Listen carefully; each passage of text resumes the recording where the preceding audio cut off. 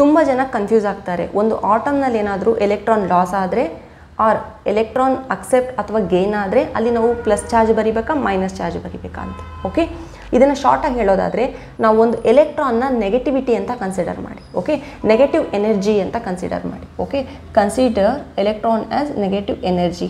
Okay, ನಾನು in general ಮಾತಾಡ್ತಿರೋದು. Okay, ಇದು ಒಳ್ಳೆಯದಲ್ಲ negative energy, right?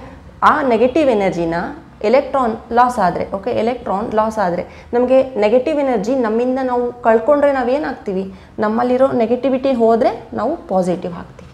Okay, will become positive. ಒಂದು ವೇಳೆ ಎಲೆಕ್ಟ್ರಾನ್ ಅಂದರೆ ನೆಗೆಟಿವಿಟಿನ ನಾವೇನಾದ್ರೂ ಅಕ್ಸೆಪ್ಟ್ ಮಾಡಿದ್ರೆ ಅಥವಾ ಗೇನ್ ಮಾಡಿದ್ರೆ ನಾವೇನಾಗ್ತೀವಿ, ನಾವು ಸಹ ನೆಗೆಟಿವ್ ಆಗ್ತೀವಿ ಅಲ್ವಾ? ಸೊ ಅದನ್ನೇ ಇಲ್ಲಿ ಅಪ್ಲೈ ಮಾಡಿ.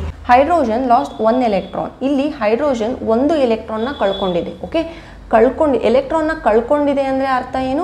ಅಲ್ಲಿ ನೆಗೆಟಿವಿಟಿನ ಕಳ್ಕೊಂಡಿದೆ ಅಂತ ಅರ್ಥ. ಸೊ ನೆಗೆಟಿವ್ ನಮ್ಮಿಂದ ದೂರ ಆದರೆ ಏನಾಗುತ್ತೆ, ನಮಗೆ ಚಾರ್ಜ್ ಪ್ಲಸ್ ಆಗುತ್ತೆ ಅಲ್ವಾ? ಎಷ್ಟು ಎಲೆಕ್ಟ್ರಾನ್? 1 ಎಲೆಕ್ಟ್ರಾನ್ನ ಕಳ್ಕೊಂಡಿದೆ. Okay, helium loss 2 electrons. Okay, helium loss 2 electrons ಅಂದರೆ ಹೀಲಿಯಂ 2 ಎಲೆಕ್ಟ್ರಾನ್ಸ್ನ ಕಳ್ಕೊಂಡಿದೆ. ಹೀಲಿಯಂನಿಂದ 2 ನೆಗೆಟಿವ್ ಎನರ್ಜಿಗಳು ಹೊರಗಡೆ ಹೋದರೆ ಏನಾಗುತ್ತೆ, ನಮಗೆ ಇಲ್ಲಿ 2+ ಬರುತ್ತೆ. Okay, chlorine gains 1 electron.